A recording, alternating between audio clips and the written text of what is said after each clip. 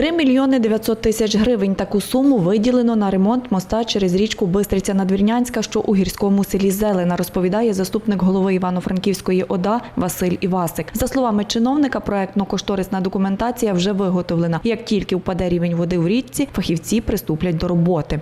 Я можу з оптимізмом сказати, що ситуація не є такою критичною, тому що по цьому мосту виготовлена проектно-кошторисна документація, експертиза, визначений переможець. З бюджету дорожньої субвенції виділено 3 мільйона 900 тисяч гривень. І як тільки вода спаде, переможець, тобто ПБС, приступає до виконання робіт. Є все необхідне, просто не дозволяють погодні умови. Вода, слава Богу, спала. Мешканці говорять, що вода не сильно піднялась, тому надіюсь, що буквально через тиждень, максимум 2 тижні, ми почнемо цю роботу і ми її дуже ефективно і оперативно завершимо. Тут треба ставити габіони, укріплювати.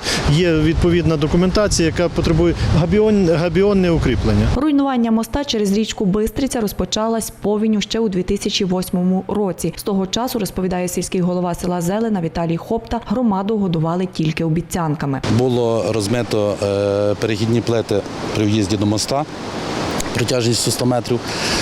І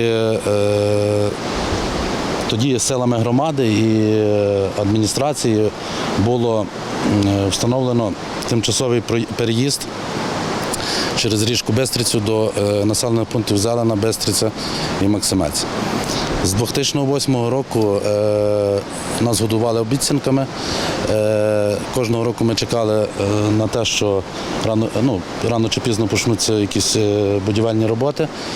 Але, слава Богу, у 2018 році була виготовлена проектно-кошторисна документація і проведено тендер на будівництво підпірної стінки біля моста.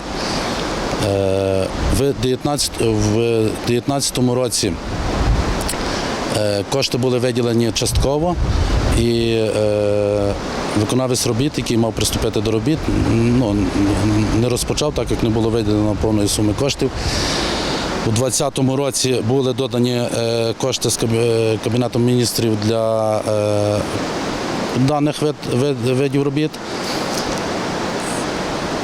12 травня проведено тендер на суму 3 мільйони 890 тисяч гривень.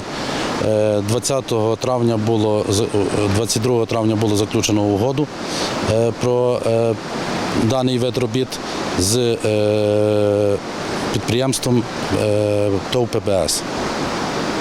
До сьогоднішнього дня у черговий раз бачимо підняття води в руслі річки і маємо черговий раз загрозу. Надіюсь, що ближчим часом розпочнуть даний вид робіт, так як дійсно є потреба в зв'язку з тим, що ми маємо 3 населені пункти. В населених пунктах є магазини, школи, медичні заклади. У разі обвалу підпірної стінки громада залишиться без користування благами. Саме болюча проблема і питання – це є швидка медична допомога і пожежна техніка.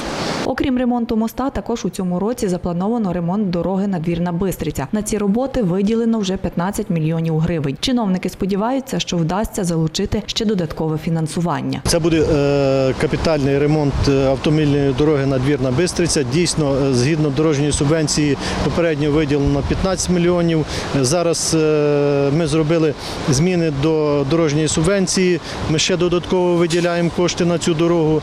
Є в планах у нас за рахунок кредитних коштів цього року залучити додатково кошти на цю дорогу. Надіюсь, що під осінь ви будете гарно здивовані якісною і великою кількістю капітального ремонту дороги Надвірна-Бистриця. Додаткова сума буде в районі 25-30 мільйонів, але за рахунок кредитних коштів ще вона значно збільшиться.